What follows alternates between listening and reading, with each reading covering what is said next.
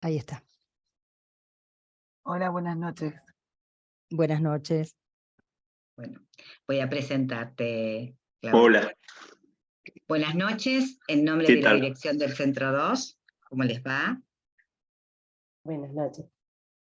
Le damos la bienvenida a la anteúltima conferencia del primer cuatrimestre del ciclo 2023. En esta oportunidad tenemos el gusto de contar con la ponencia de Claudia Garro, docente de la casa desde hace muchísimos años.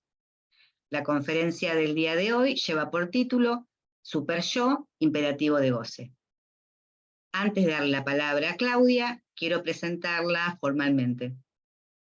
Claudia Garro es psicoanalista, docente y supervisora del DITEC del Centro 2, supervisora del equipo de emergencias del Centro de Salud número 3, doctora Meguino. Participó en congresos nacionales e internacionales. Es autora del libro De la urgencia a la emergencia del sujeto, coeditado por Letra Viva y Centro 2. Escribió el artículo Tiempos y dificultades en la elaboración de un duelo, que integra el libro Intervenir en la emergencia, libro de Mirta Holgado y Mirta Pipkin. Y La pena que no habla, que integra el libro Cuando la neurosis no es de transferencia, de Aide Henrich. También tiene publicaciones en las revistas Nudos del Centro 2, Redes y Paradigmas. Ahora sí, le damos la palabra a Claudia Garro, a quien le agradecemos su generosa participación en este espacio. Muchísimas gracias, Patricia. Bueno, buenas noches a todos y todas. Quiero agradecer particularmente al Centro 2 por la convocatoria para este intercambio. La verdad que a mí me alegra mucho intercambiar con colegas. Y les quiero contar un poco por qué elegí este tema tan complejo, ¿sí? Siempre a mí me llevó a trabajar los temas a partir de la clínica. O sea, a partir de interrogaciones que me presentaba la clínica, yo siempre me puse a estudiar estos temas. Y vi que muchas veces llegan a la consulta sujetos atormentados, pacientes sería mejor dicho, atormentados, por frases que les aparecen. Frases que reconocen que vienen de su propia subjetividad, o sea, no son frases impuestas al modo de la psicosis, frases crueles que van avanzando cada vez más, sin darles respiro, y en algún extremo, como podemos verlo particularmente en la melancolía, pueden llegar a aniquilar a un sujeto en lo que llamamos un pasaje al acto, en lo que podemos pensar como un suicidio en un pasaje al acto. Yo voy a hacer un poco de historia. El término superyo aparece nombrado por Freud recién en 1923. En su texto El yo y el ello. Recién ahí comienza a nombrarlo de esta manera, todavía es ideal del yo o superyo, pero aparece con el nombre superyo recién en ese texto, lo cual muestra la dificultad de su tematización, ¿no? A ver, el término, para ejemplificar la paradoja de superyo, en yo y el ello va a decir, como tu padre debe ser, o sea, ordena, y a su vez prohíbe, como tu padre no te es permitido ser, o sea, mandato imposible. Por un lado, hacer, y por el otro lado, a no ser como el otro, como el padre. ¿Sí? Creo que todos alguna vez, o muchas, hemos padecido de esos mandatos. Si lo hiciste, ¿por qué lo hiciste? Y si no lo hiciste, lo tendrías que haber hecho mejor. Y si, digamos, hagas lo que hagas, nunca va a estar conforme el super yo, aunque el yo se sacrifique para esto, para hacerlo, para conformarlo. A ver, voy a hacer un poco de historia de dónde comienzan los primeros trazos de este concepto. Me voy a ir a Tótem y Tabú para hablar de lo que él va a llamar ahí la moción maligna. O sea, no lo nombra como super yo, ya que esto aparece en el yo y el ello, pero sí va a decir moción maligna. Ahí uno lo puede leer en ese texto bajo el nombre de sacrificio, automartirio, reproches y autopunición. Y él va a hablar de una fuerza aniquilante que va a habitar en todo sujeto. Y cuando digo todo sujeto, estoy incluyendo a las tres estructuras, ¿no? O sea, también, después veremos cómo, va a haber super yo en la psicosis, ¿sí? A ver, brevemente, ¿qué es el tótem? El tótem es un sistema determinante que va a regular los vínculos de una sociedad, ¿sí? De un grupo social. Todavía no podríamos hablar de sociedad. El tabú, o mejor dicho, los tabúes, se dan dentro del sistema establecido del tótem, o sea, no son por afuera, ¿sí? ¿Qué es el tabú? Se pregunta Freud. Son prohibiciones morales y religiosas que presentan un código legal no escrito para todos los miembros de la tribu. Es un imperativo, dice Freud. O sea, escuchen ya la palabra, él ahí va a hablar ya de imperativo.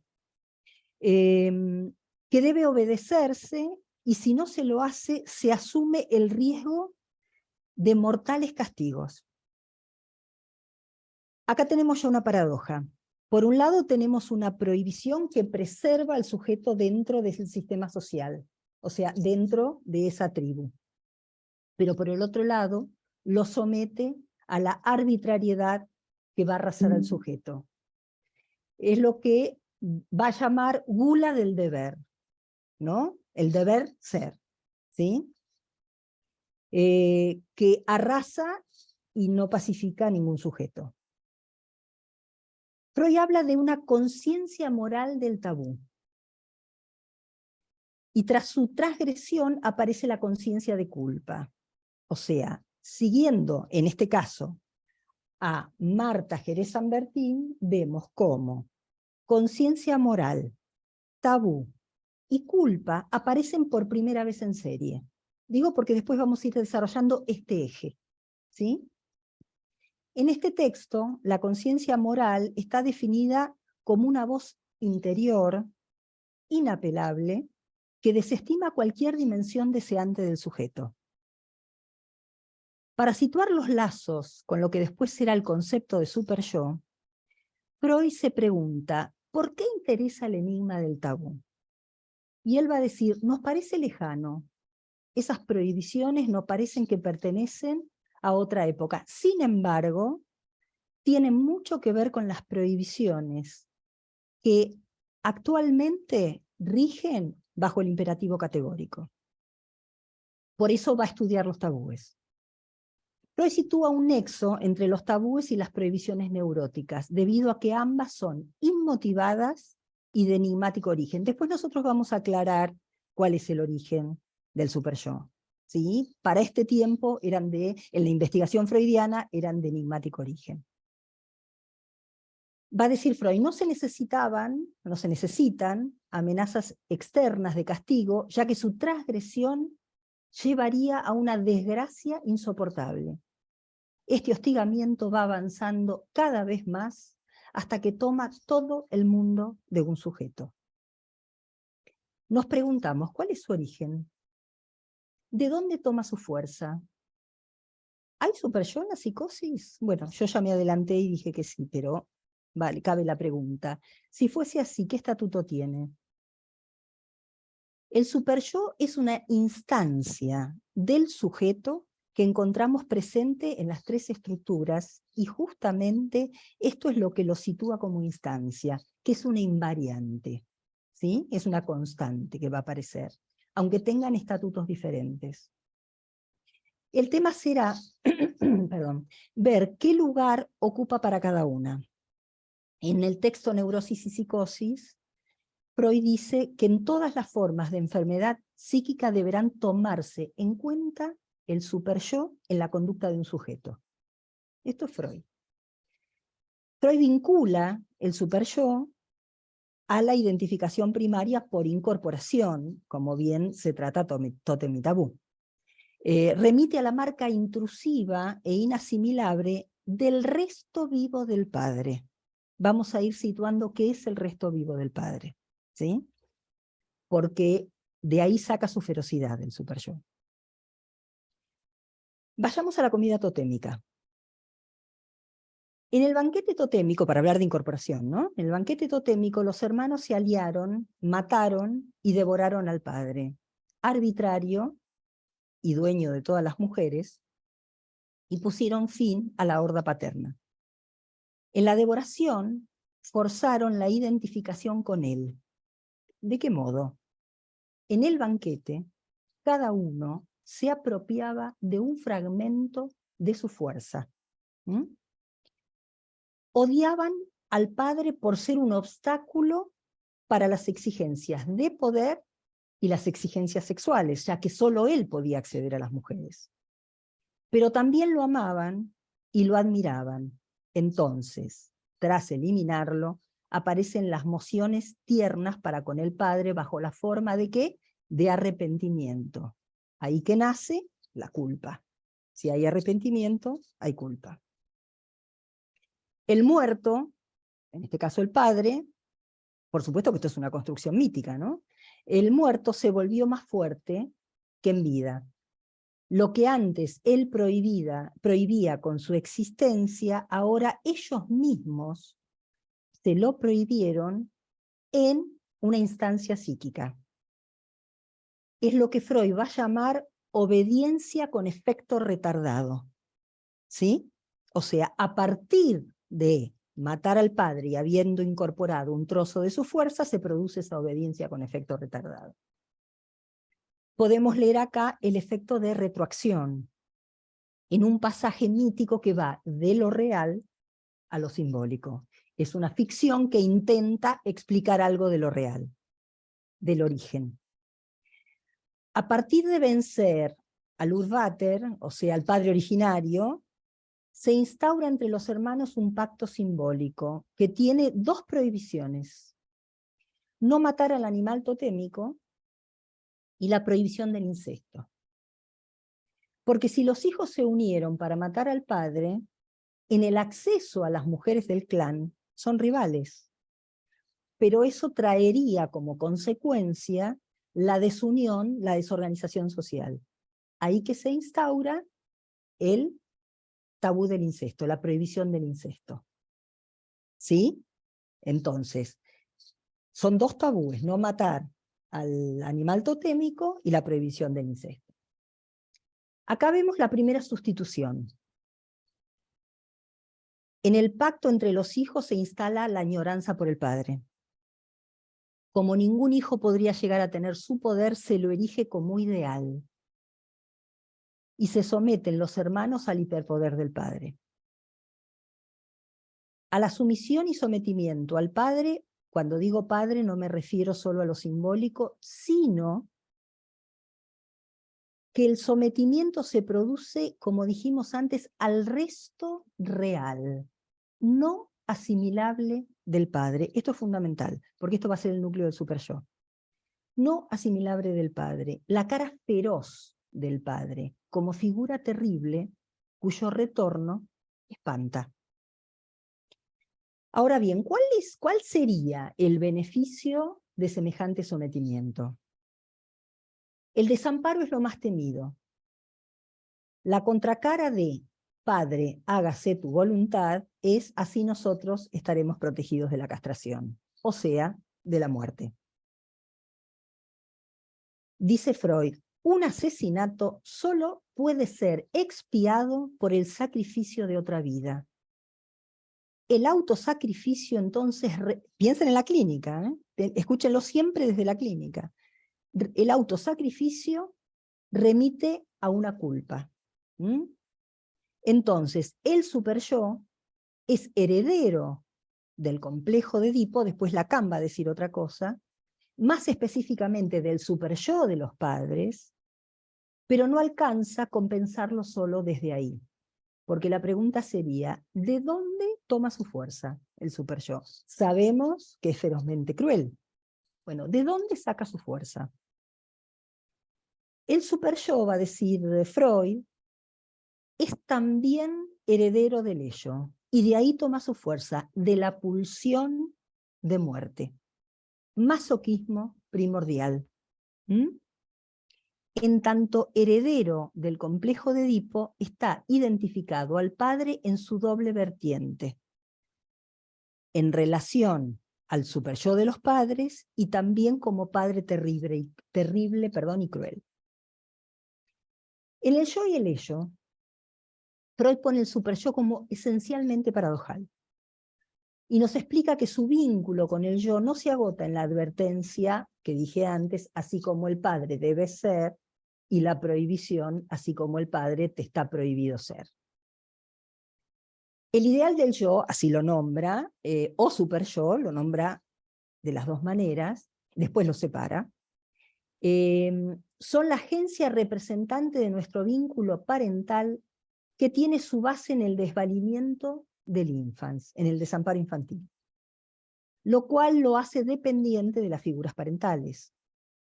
Mediante el ideal del yo, estoy citando textual, léase super yo, es el heredero del complejo de Edipo. Mediante este, el yo se va a apoderar del complejo de Edipo y simultáneamente se somete él mismo al ello, mientras que el yo esencialmente es un representante del mundo exterior y de la realidad. El super yo, en cambio, es un representante del ello, o sea, de la pulsión, y la pulsión de muerte, ¿sí? Entonces podemos ver que el super yo es un callejón sin salida para los intentos que tiene que dar de respuesta de parte del sujeto a los imperativos superyoicos, que a su vez marchan tras un bien y coaccionan contra él, sometiéndolo a lo no legislable de la ley de un padre. ¿Entienden cómo se complejiza el texto, cómo se complejiza el tema superyo? El superyo es la división del sujeto contra sí mismo. Si el odio al padre lleva a matarlo, el arrepentimiento genera culpa. Hace que los reproches que antes se dirigían al padre ahora se convierten ¿en qué? En autorreproches, que se dirigen hacia el sujeto mismo, imponiéndole sacrificios y renuncias producto del hostigamiento de la instancia crítica. De ahí el título de imperativo de goce.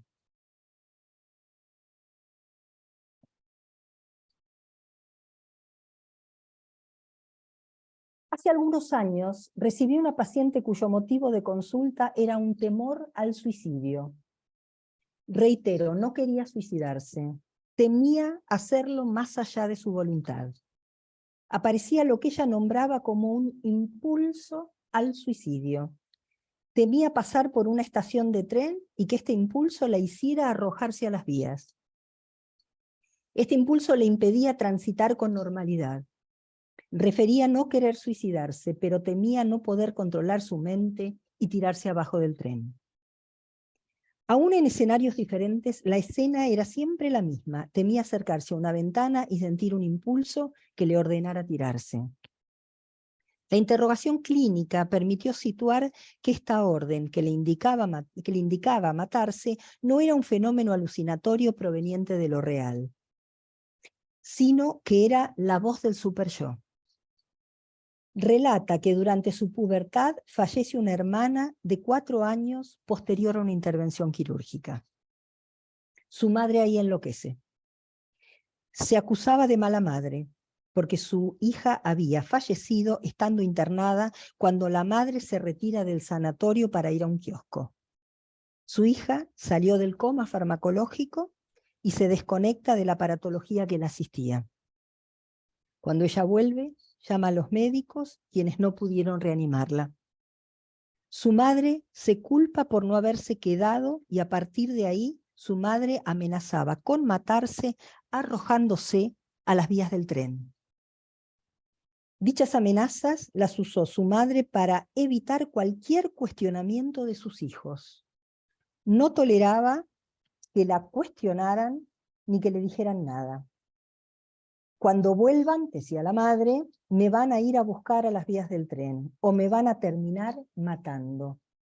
Así, entre amenazas de su madre y renuncias de ella, transcurrió su vida. Su madre se volvió melancólica, jugadora y cruel, particularmente con esta hija con quien competía por el amor de su esposo y padre de mi paciente. La acusaba de querer robarle el marido. Tu papá te quiere más a vos que a mí, le repetía la madre. Refiere la paciente, mamá siempre amenazaba con matarse. Hice de todo para complacerla, para que me acepte, que no me acuse, y siempre insistía en que se iba a tirar a las vías del tren. A mí esto me consumió. Intervengo. Es cierto, su madre no se calma con nada. Entonces, ¿podemos suponer que usted agobiada pensó, matate, tirate abajo del tren? Se sonroja y refiere que le da vergüenza confesarlo porque siente mucha culpa. Llorando dice que no es una mala hija por pensar eso.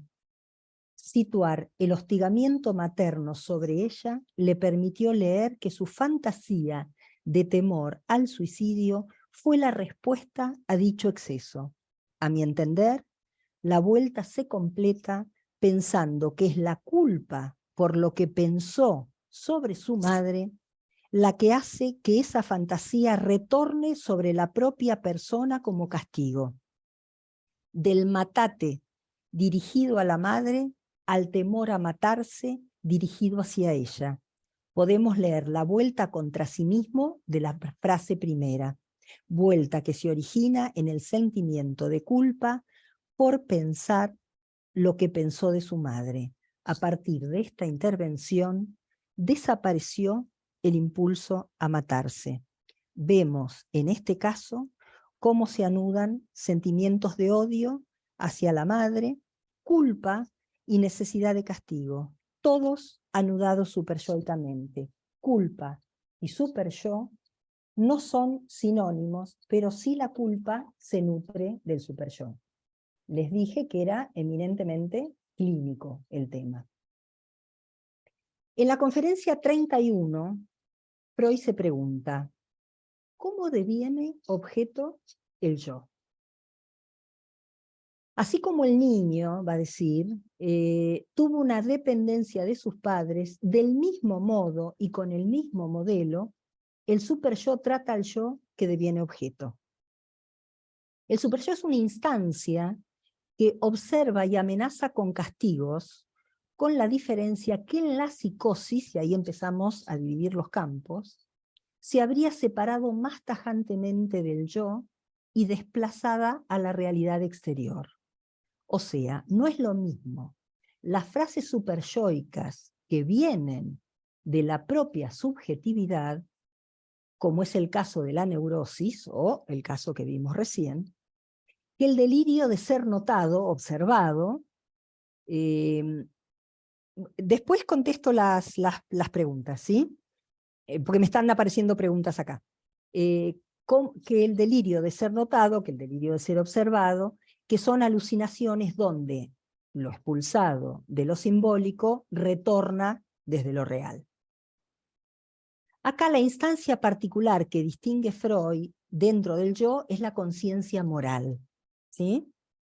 Freud ubica la conciencia moral en la zona, porque no son lo mismo, en la zona del juicio dentro de la lógica del inconsciente. O sea, la conciencia moral nos va a decir lo que está bien y lo que está mal, no así el superyo. El superyo, por el contrario, es el soporte edípico y pulsional de la conciencia moral, es ajeno a todo juicio y es rebelde al inconsciente. Es un más allá de la conciencia moral. El deber de la conciencia moral freudiana es mucho menos imperativo.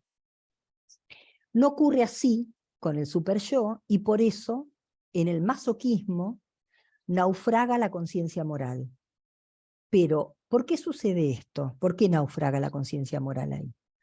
Para que se extienda la aniquilación que siempre pide más y donde se puede observar la voracidad, o sea, la gula de la pulsión de muerte. El superyo le exige al yo lo imposible. No importa qué realice el yo, nunca alcanza. El superyo nunca va a estar satisfecho. Siempre pide un poco más. Que se haga lo imposible, que lo imposible sea posible. Freud nos recuerda que cuanto más renuncia un sujeto, más severo se va a poner el superyo. Apelando a la pulsión de muerte y el lenguaje, veamos cuál es el origen, vemos cómo lo exterior se hace interior. ¿Sí? Esto significa que el imperativo superyoico se incrusta en la subjetividad sin mediación de la metáfora paterna. Y esto explica por qué puede haber superyo también en la psicosis. Porque si fuera solo por la mediación de la metáfora paterna, de no contar con ella en la psicosis, no podríamos hablar lógicamente de superyo. ¿Sí? Entonces, es sin mediación de la metáfora paterna. Esto vale para para las tres estructuras.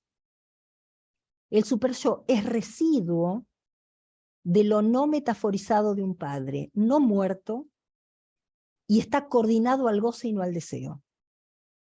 Es la ley paterna la que regula la distancia entre el sujeto y das din, ¿no? Esa pérdida estructural que es la cosa. Si esta distancia se borra, peligra la subsistencia de la palabra. El superyo queda claramente situado en la obra de Lacan como imperativo de goce, o sea, contrario a la ley. Residuo imposible de metabolizar por la ley del padre, lo no legislado por la ley donde la función no alcanzó, o por su limitación, en el caso de la neurosis, o porque nunca estuvo, en el caso de la psicosis. Freud y Lacan van a nombrar ambos al superyo como el residuo aniquilante del desdoblamiento del sujeto contra sí mismo.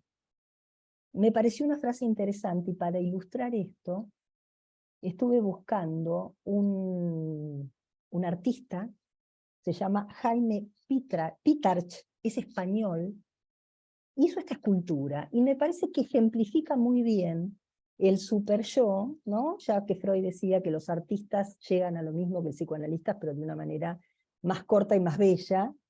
Yo creo que esto es el superyo. No sé si se ve, ¿no? El sujeto dañándose a sí mismo.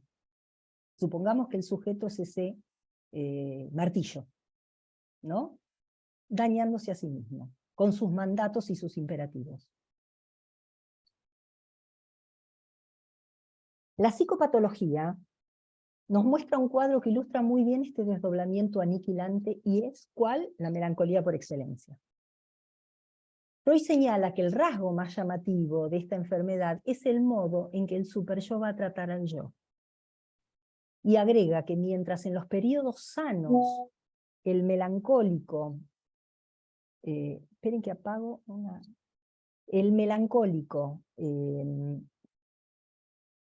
digamos, puede ser más o menos severo consigo mismo como cualquier mortal, va a decir Freud. En el ataque melancólico, el superyo se vuelve hipersevero, insulta, denigra y maltrata al yo. Lo hace esperar los más graves castigos. Le reprocha acciones de larga data como si hubiera estado juntando evidencia. El superyo aplica el más severo patrón moral al yo. El sentimiento de culpa va a expresar que hay en la melancolía, va a expresar la tensión que hay entre yo y superyo. Freud agrega que transcurrido cierto tiempo, la crítica del superyo se calla. El yo es rehabilitado y se encuentra en un estado de embriaguez, de triunfo, como si el superyo hubiera perdido toda fuerza.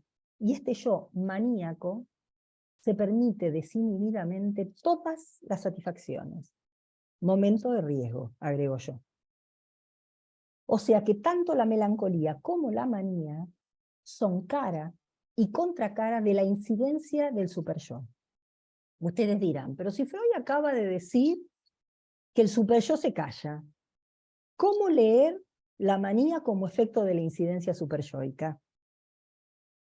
Si la melancolía muestra el maltrato del superyo sobre el yo, la manía, como liberación de ese maltrato, no paga el precio de la castración.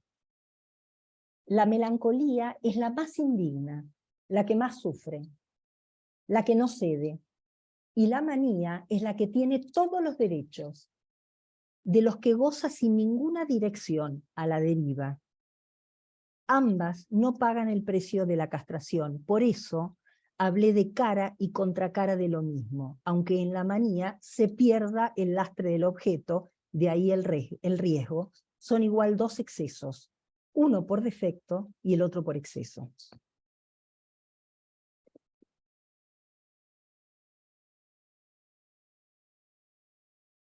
Recibí una paciente cuyo motivo de consulta era su melancolía. No salía de la cama. Venía con dificultad. Era ayudada por sus 7 hijos y su hermano para sostenerse. Tenía 5 intentos de suicidio y 4 internaciones. Este derrumbe se produce a partir de la muerte de su madre y la posterior separación de su marido. Su queja y autorreproches eran constantes. Se resistía a tomar la medicación e insistía que su medicina era que su esposo volviese. No sabía hacer nada, tema no menor, porque en su infancia le prohibieron hacer cosas para que no se arruinara las manos, ya que su madre la quería concertista de piano. Estudió en el conservatorio y se recibió de concertista, pero nunca le gustó tocar el piano y nunca ejerció. Solo encontraba algo de alivio en la religión y en el anhelo de que Dios le devolviera a su marido. Les aclaro que su marido ya estaba casado y tenía otra hija, ¿no? O sea, ella seguía esperando a ese marido. Poco a poco la empecé a notar un poco más exaltada, como acelerada. Un día llega 2 horas tarde a su sesión. Cuenta que viniendo en el taxi terminó en un hotel con el taxista. Refiere la paciente, me lo envió Dios. Y cuenta que no es la primera vez que esto le sucede. Intervengo. Cuidado que a veces el diablo mete la cola. Hipomanía como reverso de la melancolía, como un triunfo sobre el sometimiento que tenía el yo con el superyo. Pero sabemos que la salida maníaca se derrumba en un rato. Del arrasamiento melancólico al sin salida de la hipomanía. 2 excesos. Estoy hablando de una psicosis, ¿no? En este caso. Lacan nombra al superyo como el correlato de la no castración, va a decir él. ¿Por qué dice esto Lacan?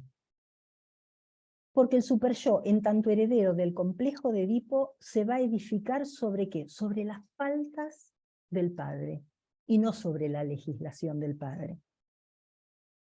¿Qué quiere decir esto? Que aunque el padre brinde la ley que distancia a un sujeto de la cosa, de Dasdin en su doble prohibición, ¿no? No reintegrarás tu producto, no te acostarás con tu madre, también impone un goce fatal.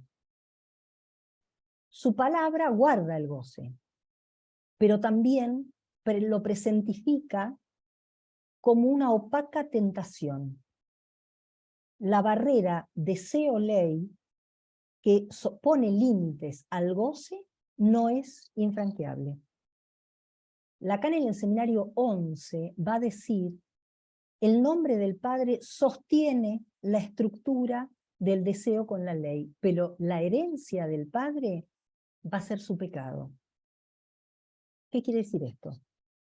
Que el superyo del niño se edifica sobre las faltas del Padre y el saldo cruel resulta ser el desarreglo que es el superyo en la estructura. Esto se debe a que no todo en la ley de un padre es normativizante. encontramos en el en vez del padre su goce. ¿Mm? Para explicar esto podemos decir que hay padre de la ley, que es el padre que prohíbe, ¿no? Y con esa prohibición protege y a su vez prescribe, y también podemos hablar del padre del goce. Esto quiere decir que todo padre es fallado donde hay goce y no legisla, y esto constituye el superyo del hijo. Esto es que un padre nunca va a estar a la altura de la función. Por esto Lacan hablará de superyo real. Se sirve de lo simbólico, pero es superyo real, dice él. Rescata lo simbólico como efecto de la incorporación del lenguaje, donde la voz del otro, como exterior, se hace íntimo. Lo real del lenguaje se inserta intrusivamente, pensemos en los tiempos míticos, ¿no? Donde se traga la inducción significante, ¿sí? Se inserta intrusivamente en el sujeto como primer cuerpo significante, superyo real, que es la intrusión del otro con su imperativo de goce.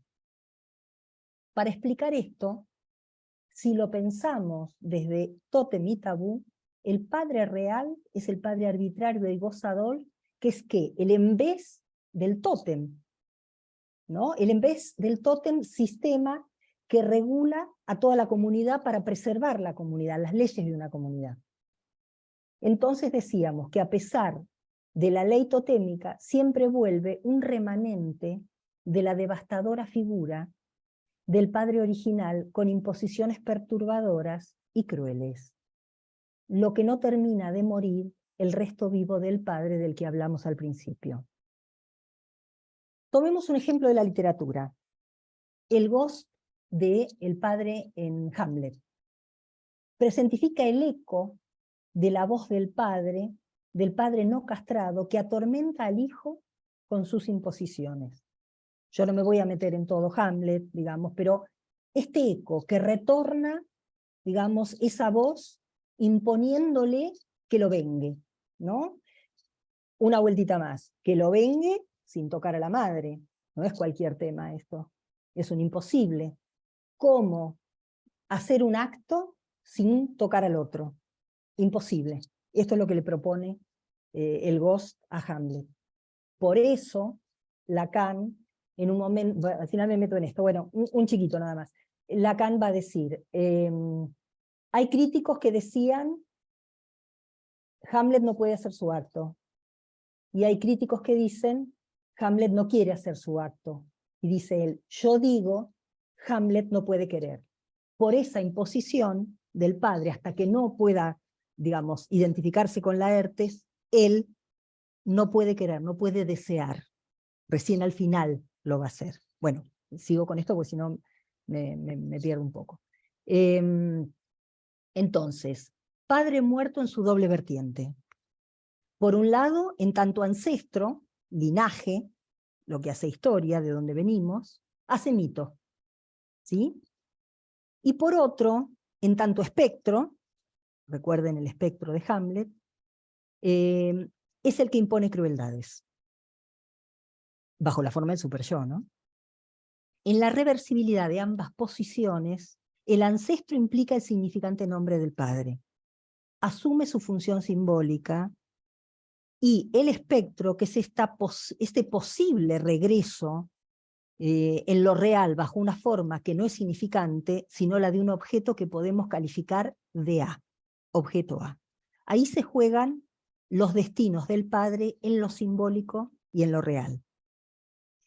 Estamos hablando de dos cosas, del padre que prohíbe el goce y del imperativo que obliga al goce prohibido. Por eso hablamos del enloquecedor del superyo.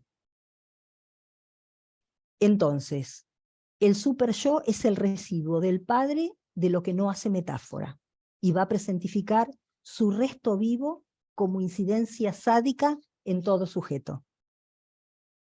En consecuencia, el superyo está más coordinado al goce y no al deseo. En este sentido, es un llamado a la no castración, de lo que decía Lacan. como dijimos antes, tanto en Freud como en Lacan, el superyo da cuenta de la división del sujeto contra sí mismo, como les mostré esa escultura que hizo. Resulta fundamental hallar el lugar que le cabe al superyo en la estructura del sujeto y desde ahí evaluar con qué recursos cuenta un sujeto para negociar, y ahí empezamos a hablar de una posible salida en relación al superyo, no a no tener más superyo, sino a negociar con esa feroz instancia.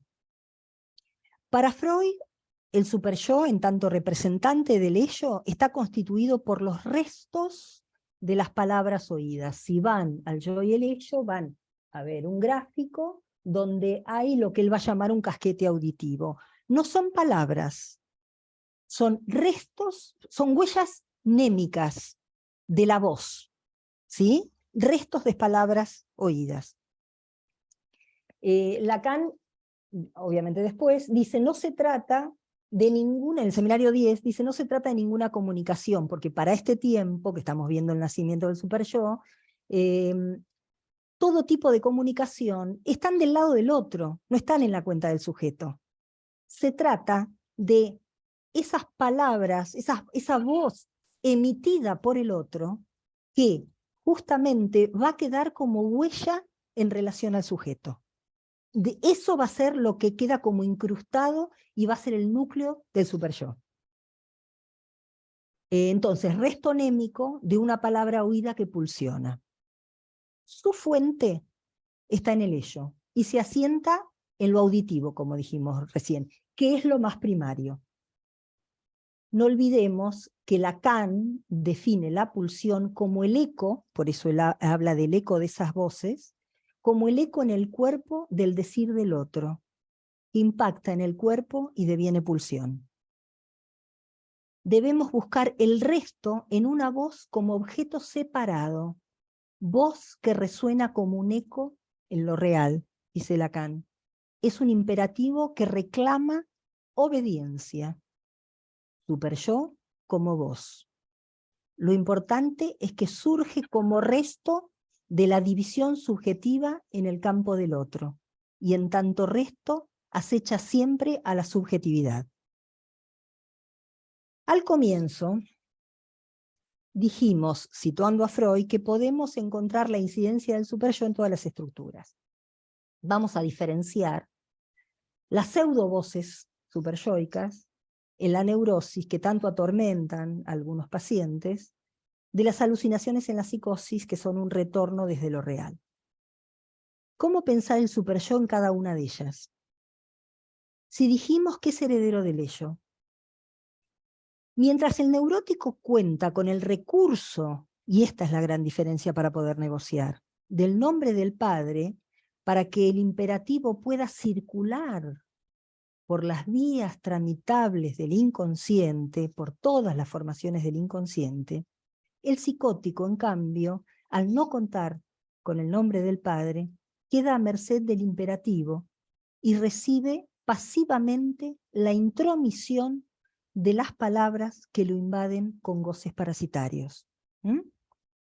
Mientras el neurótico puede revertir el mandato, el psicótico está impedido de hacerlo por no contar con ese recurso.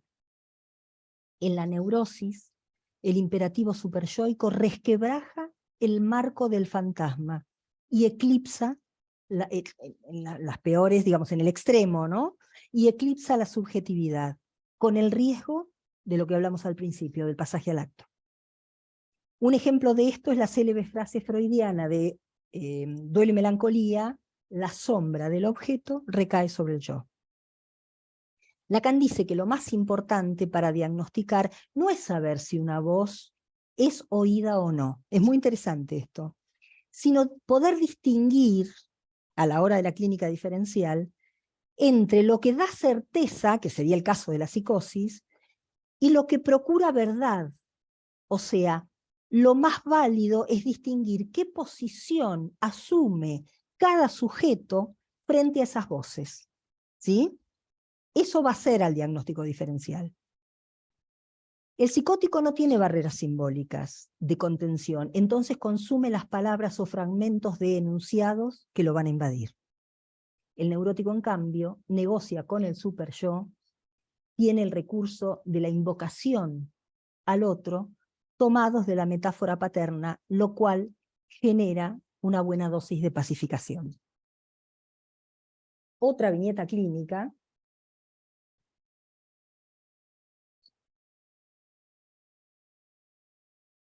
A ver.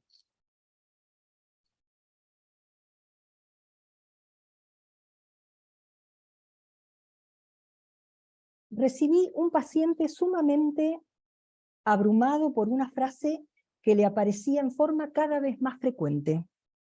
Esa voz de carácter injuriante le decía: sos puto.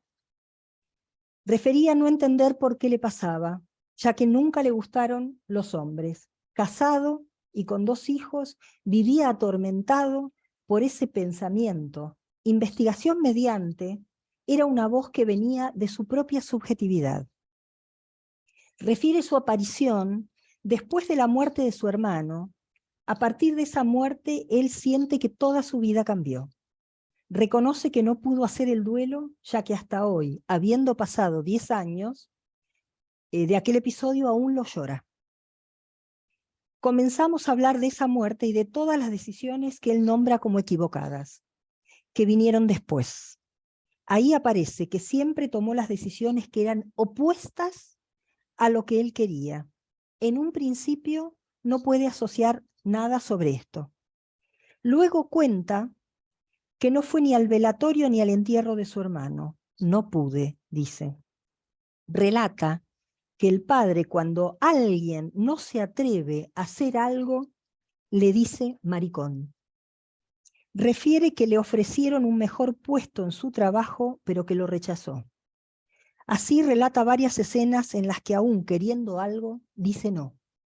Señalo que cada vez que él recula frente a lo que quiere, aparece el insulto. Se sorprende. Luego relata que la moto con la que se mató su hermano se la había regalado él. Siente culpa. Nuevamente vemos cómo se asocia culpa por la muerte del hermano y sus renuncias como castigo para expiar su culpa, y a su vez insulto superyoico y culpa por sus renuncias. A partir de ubicar esta secuencia y de tramitar la muerte de su hermano, estos insultos desaparecieron. Pudo tomar un puesto mayor en su trabajo para el que lo habían nombrado y que anteriormente había rechazado, y tomó la decisión de separarse de su mujer, decisión largamente postergada.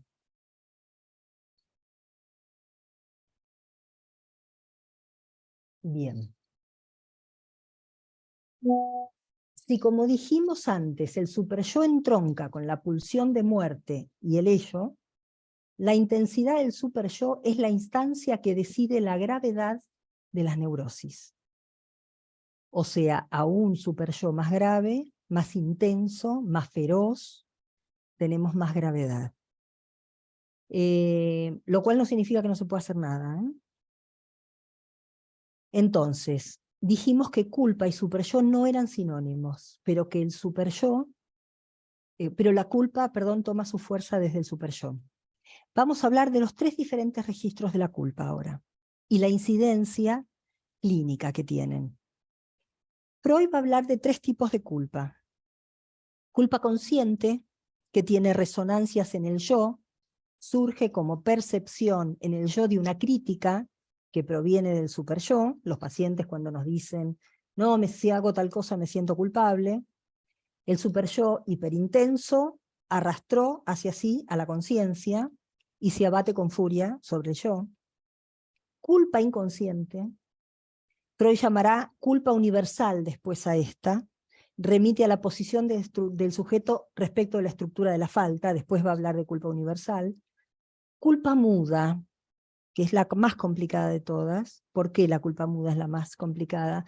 Porque no se exterioriza ni en el inconsciente, ni en lo consciente, y es el origen de la reacción terapéutica negativa. ¿sí? Yo no me voy a meter en todo reacción terapéutica negativa, pero voy a decir que es una reacción que ataca a la cura, ¿no? RTN, reacción terapéutica negativa, ataca a la cura con el recurso de que del empeoramiento. Lejos de mejorar, el paciente cada vez empeora. ¿Por qué? Porque encuentra una satisfacción en la enfermedad. Y el castigo de padecer encuentra sus fuentes justamente en la culpa muda, en la que el paciente no se siente culpable, sino que se siente enfermo. A partir de esto, de teorizar la culpa, Freud va a trabajar los diferentes fenómenos clínicos. Uno es la RTN, de la que hablé recién.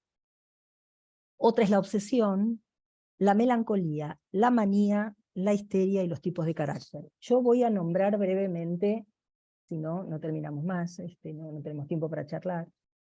En la obsesión hay culpa consciente y culpa inconsciente. Ambas no tienen justificación ante el yo. Por esto, por un lado, se acusa y por el otro lado se revela contra la culpabilidad. La estrategia de la cura para Freud es ni condenarlo ni desculpabilizarlo, sino vislumbrar cuál es la tentación de su goce. Ahí va a estar la clave. En la melancolía hay un yo hiperculpable que se somete al castigo que acompaña sus delirios de indignidad y de insignificancia. Es el más culpable y es el más indigno. Lo que gobierna en el superyo es como un cultivo puro de la pulsión de muerte en la melancolía. La melancolía como psicosis estoy hablando, no una neurosis melancolizada. A menudo esta pulsión de muerte, en estado tan puro, logra empujar el sujeto a la muerte. Esto sucede cuando el yo no consiguió defenderse antes de su tirano, que es el superyo, con un vuelco a la manía. ¿Sí? Hay ausencias del recurso del deseo, por eso yo les comentaba que mi paciente no sabía hacer nada, porque la obligaron toda la vida a hacer algo que ella no quería, y tampoco se pudo revelar a eso. Entonces no hay recursos del deseo inconsciente, no tiene desde dónde negociar con esa instancia feroz. En la histeria, el histérico se siente víctima. Reina la culpa inconsciente, hay siempre una reivindicación que la histérica exige a los otros ante los que se ofrece en un inocente sacrificio. Es esta una de las formas que va a tener del sometimiento al superyo. Igual no nos olvidemos que la histérica necesita un amo sobre quien reinar, con lo cual ahí hay una negociación. A ver, en los tipos de carácter, acá se encuentran las excepciones. ¿Viste esos pacientes que se la pasan diciendo que por la historia que han tenido, el mundo les debe? Y eso de que el mundo les deba, andan cobrándole a todo el mundo, ¿no? Bueno, eso es superyo y expulsión de muerte. Los que fracasan al triunfar. Ante la obtención del éxito y la realización del deseo, se precipitan por culpa del fracaso. A ver, pensemos esto, ¿qué pasaría si se apropian del triunfo? Mostrarían la inconsistencia del otro. El otro es un simple mortal que está puesto ahí por la función en función de su deseo, ¿sí? De su deseo de ser padre o de lo que sea. Con el fracaso sostienen al otro sin barrar que el éxito de Dios Padre sea la garantía de ellos, aún al precio de su fracaso. ¿Sí? Entonces, después tenemos, dijimos, las excepciones. Los que fracasan al triunfar, nos quedan los que delinquen por conciencia de culpa. Freud alude a quien se precipita al delito para obtener un castigo que paradójicamente alivia la culpa. O sea, es un armado fuera de la ley que, me preguntan acá los que fracasan al triunfar, es RTN. No, RTN puede ser en cualquiera. no en los que fracasan al triunfar. En los que fracasan al triunfar puede ser obtener un éxito profesional y automáticamente hacer algo para perderlo. Vuelvo a los que delinquen por conciencia de culpa. Es una escena por fuera de la ley que paradójicamente convoca a una ley para que vuelva a resituar la pacificación de esa culpa inmensa que los atormenta, que toma su fuerza de la pulsión de muerte, super yo y pulsión de muerte. Los rasgos de carácter, como vemos, manifiestan claramente la incidencia superyoica. Ahora bien, ¿qué sería negociar con el superyo? Porque me parece que si hablamos de todo esto y no pensamos una salida, nada, nos vamos con la angustia a flor de piel. A mí me gusta mucho cómo lo trabaja Didier Weil. En su trabajo, él tematiza el superyo en la neurosis, en su texto, es un libro que se llama Los 3 tiempos de la ley, de la editorial, creo que es Homo Sapiens. Dirá que un sujeto, si se atreve a decir una palabra y a negociar con el superyo, está en mejor posición que si solo se somete a sus órdenes. Y él va a hablar de 3 superyo. Dice, primer superyo.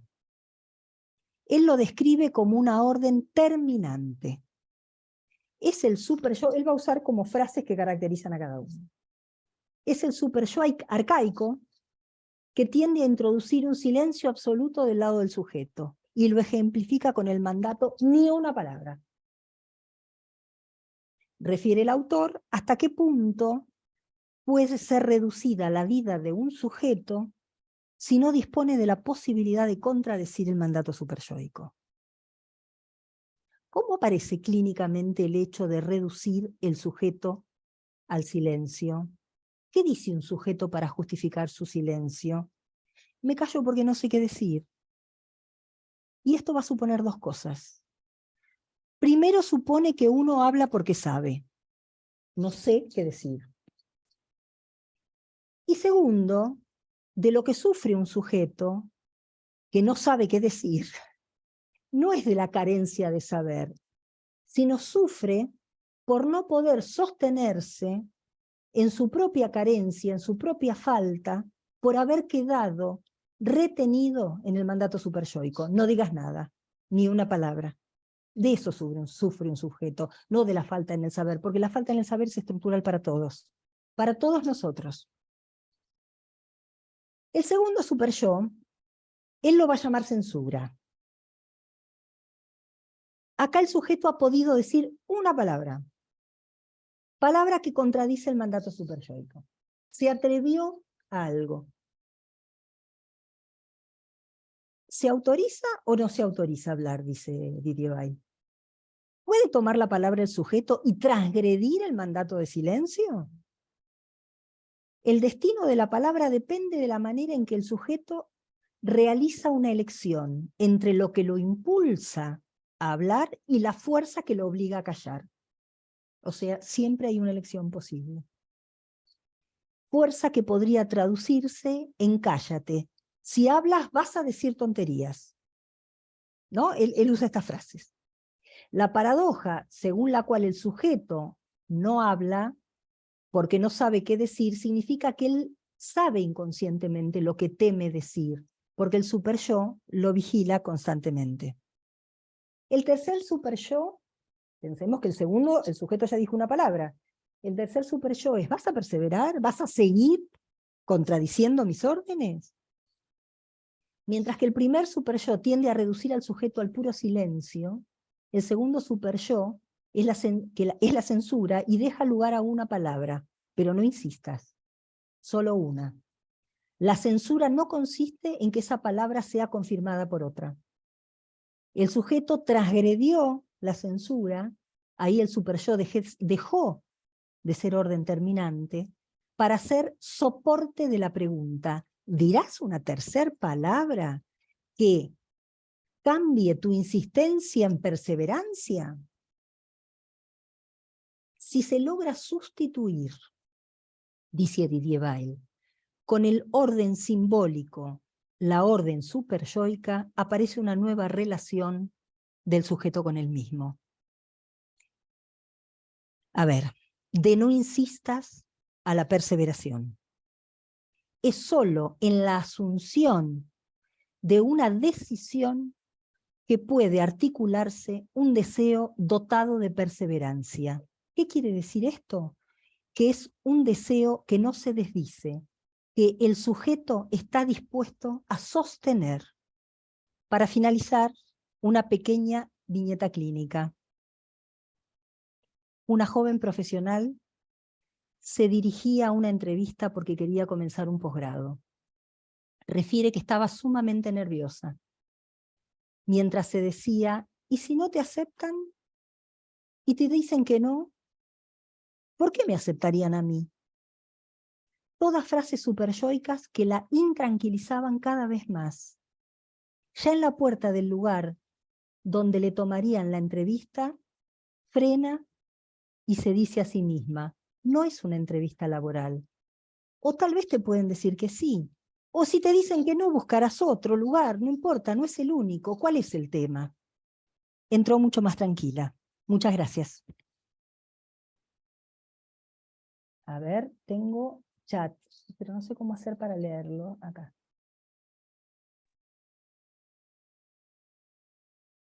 A ver.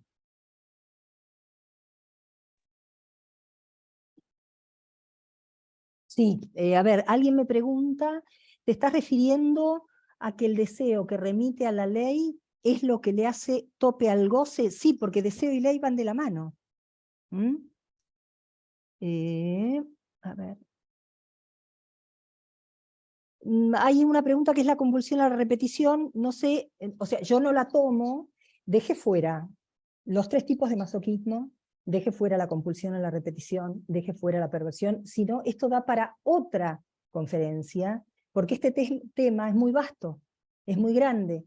Entonces dije, bueno, situémonos en la raíz real, del superyo real, pero no me metí en lo demás, pero tiene que ver.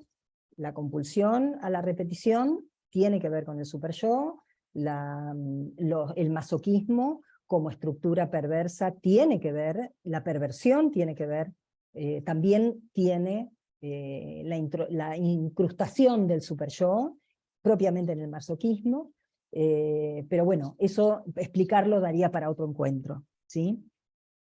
A ver, por eso Lacan dice que la pulsión es el eco en el cuerpo de que hay un decir, sí, un decir del otro. Después me preguntaron los que fracasan al triunfar, en la RTN. No, la RTN la podemos tener todos.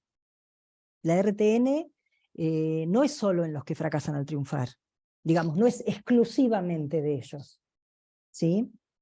Vos lo decís por dejar intacto al otro, porque en la RTN tenés la pulsión muda, ¿sí? En los que fracasan al triunfar no está la pulsión muda. ¿Mm? A ver.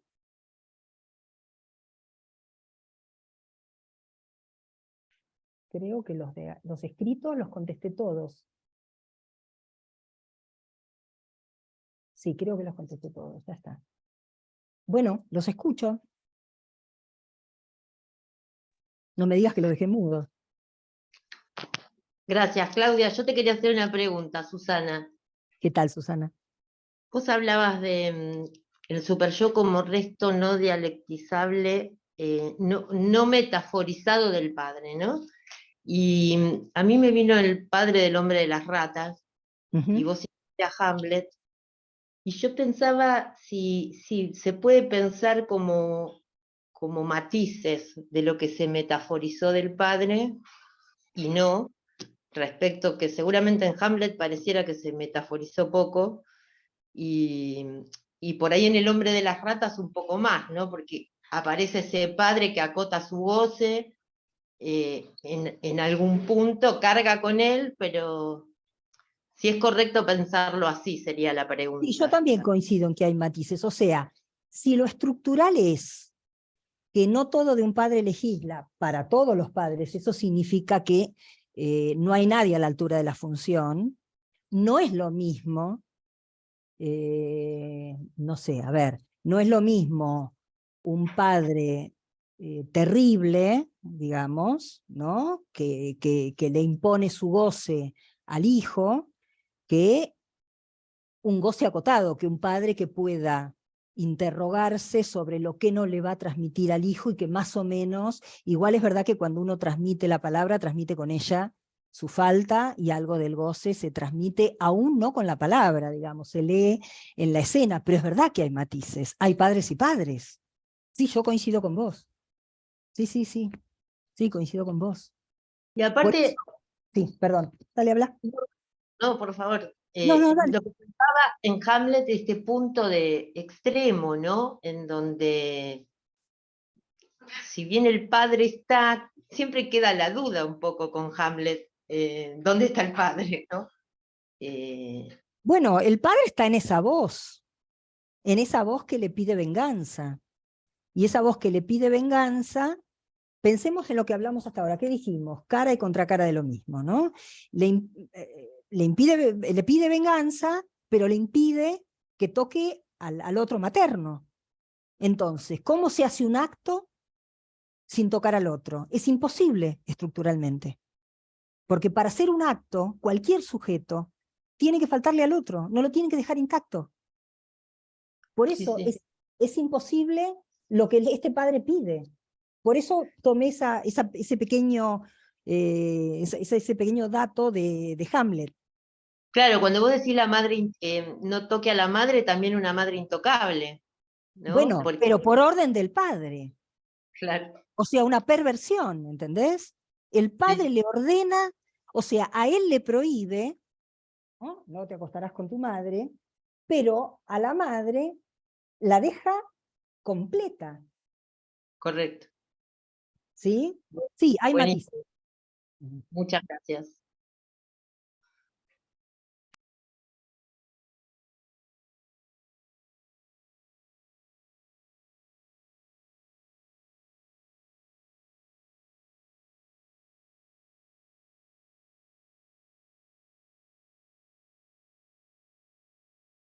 ¿Le resultó muy complejo?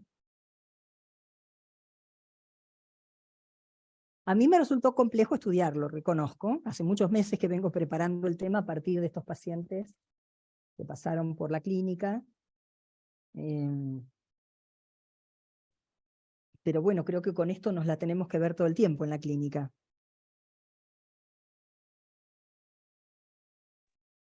Sí, perdón, yo soy Liliana, no sé si me ven. No te veo, ¿dónde estás? Sí, porque se me achicó el cuadro. Ah, acá está, acá está, acá está. Sí, ahora sí, ahora sí, ahora sí. No, no, fue clarísimo, agradezco tu exposición y incluso me resulta hasta cándida mi pregunta, ¿no? Pero lo que pasa es que también estoy pensando en voz alta y la encuentro necesaria, si vos querés.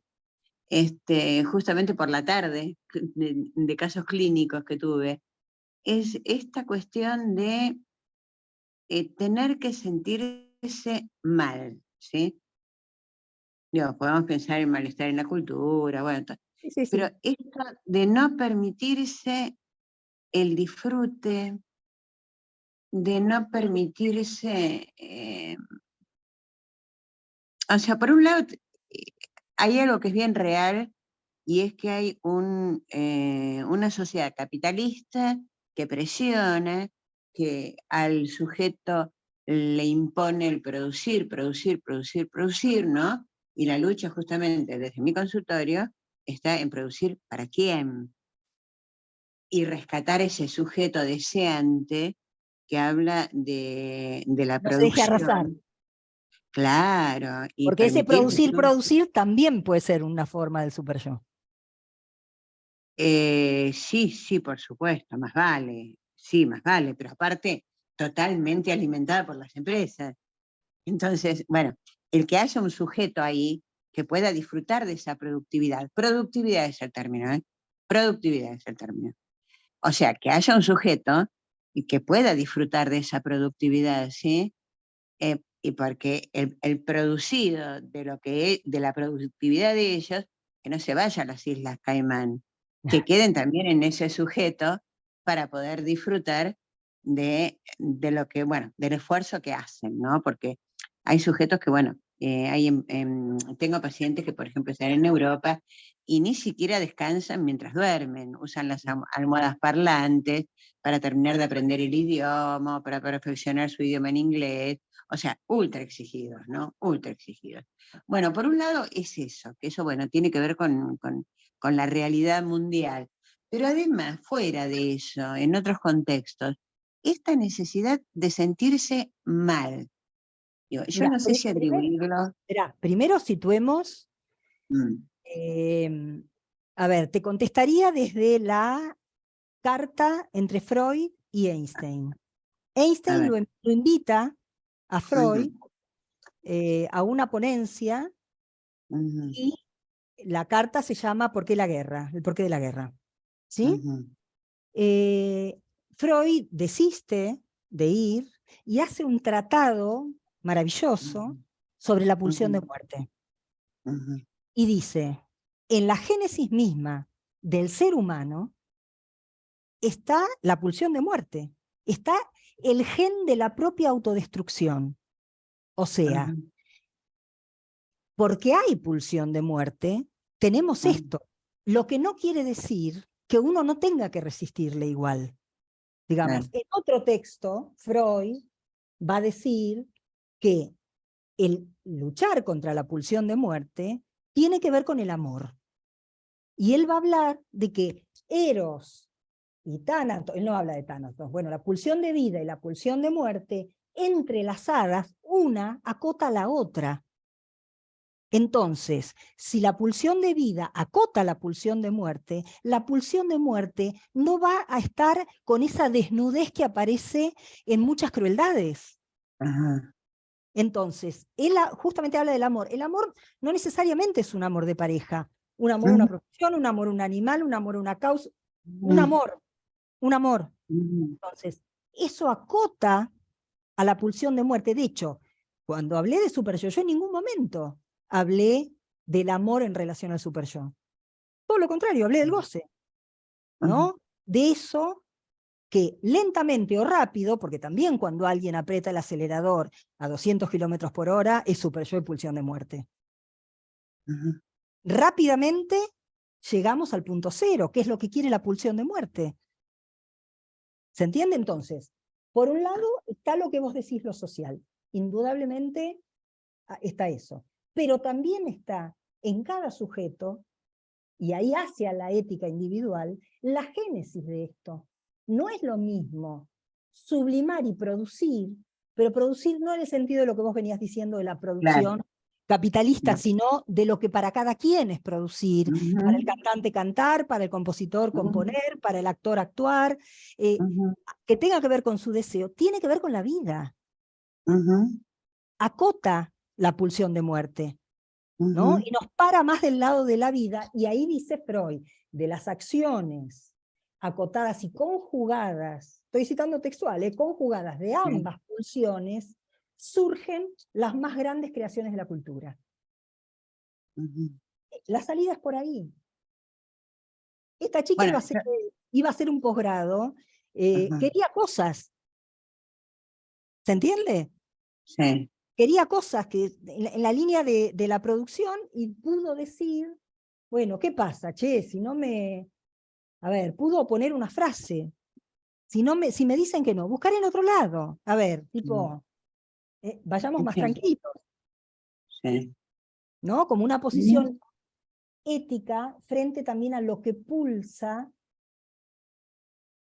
por matarnos como sujetos deseantes. No necesariamente es matarnos como pasaje al acto, por morir como sujeto deseantes. ¿Cómo es eso? ¿Cómo es eso? A ver.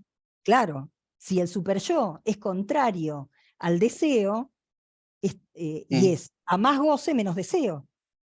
Claro. Entonces es la muerte como sujeto deseante. Uno puede estar parado, pero muerto en vida. Claro, está bien. No, y me viene ahora un caso que ya no tengo, que dejó hace un mes más o menos atrás, donde el problema que se suscitaba era que en realidad era de otro país que vino a radicarse acá, y ella lo que quería en realidad era ganar dinero. O sea, su único objetivo era ganar dinero. Y había probado con varias carreras, medicina, psicología, sistemas, y el tema era ganar dinero, o sea, lo tenía clarísimo. No sé si lo Y tenía clarísimo. A veces uno lo que tiene que ir a leer ahí, que lo único que quiere es ganar dinero, es a qué ideal responde ganando dinero. O sea, a quién acompaña de su familia, de los mandatos familiares, a eso me refiero, claro, para ganar en- dinero. Yo tenía un paciente que quería hacer el negocio del $1.000.000, porque si no, era nombrado por el padre como un boludo. Entonces, el negocio del $1.000.000 era la garantía de no ser boludo para la mirada del otro. para el padre. Hubo que, digamos, tajar, digamos, capa sobre capa, ir viendo esto, para Ujú, que él pudiera trabajar de otra cosa. ¿Quién hace el negocio de $1.000.000? ¿Se entiende? ujú. Sí, sí. No, Perdón que te interrumpí. decididamente también venía el mandato por parte de vía no solo materna, no solo madre, abuela, mucha mujer, ¿no? Mucho mandato femenino. Madre, abuela, tía, y tener ella que afrontar, digamos, económicamente todo esto que también le daba un lugar de poder, ojo, también le daba un lugar de poder. Sí, Pero y realmente elegida de estos personajes femeninos, ¿no? Sí, sí, sí, para ir a proveer, cosa que la satisfacía por un lado, pero por otro lado realmente creo que sufría muchísimo porque eh, no encontraba satisfacción ni en psicología, ni en matemática, cuando se le dio por estudiar medicina, por ejemplo, la parte matemática. Yo creo que era bastante torturante para ella. Y por supuesto, bueno, comenzó al poco tiempo a hacer fenómenos físicos, que ahí sí, ahí ya como que se fue de las manos desde lo psicoanalítico, digamos, ¿no? No, cuando la demanda del otro no es horadada, lo real del lenguaje se inscribe en el cuerpo, porque no se inscribe en lo Ujú, simbólico. ujú. Es esto. Lo Sí, que no sí, se tal inscribe cual. en un lado se inscribe en otro. Entonces, ahí tenemos Ujú, todo lo que podría pensarse, si fuese así, como fenómeno psicosomático. ujú. Sí, tal cual. Tal es así que al principio había empezado a historizar muchísimo, muchísimo. Es más, ella cuando me llama desde un colectivo con un ataque de pánico. Y Mm. me dice, le digo, mira, bájate ya, encerrate en un baño y llámame. Me dice, hola, hola. Ay, se cortó la... No, yo oh. escucho, Ah, escucho. ¿me Estoy escuchás? escuchando, Bueno, sí, sí. perdón, pensé que me había quedado sin pulso. No, Me no. dice, no, vos mira, con ataque de pánico. Y me dice, no, pero quiero depositarte. Digo, no, no, olvídate del depósito. No, porque mi mamá odia el psicoanálisis, la madre era médica, padre médico. Y yo sé que no te voy a llamar. No, no importa, después me pagas. Encerrate en un baño y habla conmigo. Y efectivamente, bueno, logró soltar ese ataque de pánico, fuimos trabajando, historizó muchísimo durante el primer tiempo, hasta que empieza a hacer estos síntomas físicos. Entonces ahí yo tuve que aflojar en el hecho de remontarla tanto al pasado, digamos, porque me parecía que era sobreexigirla, ¿no? Además estamos con la cotidianeidad de que me sube tal albúmina, que me baja tal valor, que me sube, ¿sí? Bah. Entonces, bueno, dejamos de historizar y de analizar y de asociar y bueno, un poco se perdió la tarea psicoanalítica, ¿sí? Yo creo que al revés, creo que uno ahí analiza, pero nunca desde la exigencia. Claro, sí, no, por supuesto. Nunca desde la exigencia. Entonces, que hable, porque hablar deja descansar al cuerpo. De hecho, Claro. cuando el cuerpo se hace presente, la palabra se inhibe. Ujú, Cuando uno puede olvidarse un poco del cuerpo, a lo mejor puede decir algo que pueda tener un efecto de verdad que dejó descansar al cuerpo. ujú. Bueno, muchísimas gracias. No, gracias a vos. Y excelente la clase. Muchas gracias. Saludos para todos mis compañeros y compañeras y para vos. Gracias. Bueno, muchas gracias por los comentarios. No los voy a leer, pero bueno, muchas gracias. Gracias, Andrea.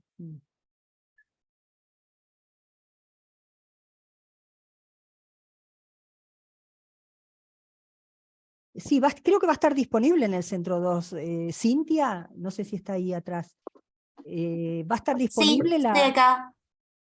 Porque me preguntan, porque que hay gente que quiere volver a escucharla, si los que presenciaron la clase la Sí. pueden volver a escuchar. Sí. No se ahí me- preocupen porque las vamos a subir al canal de YouTube. Así que lo van Ah. a poder ver a través de ahí. O si no, también me pueden escribir académica, Secretaría Académica.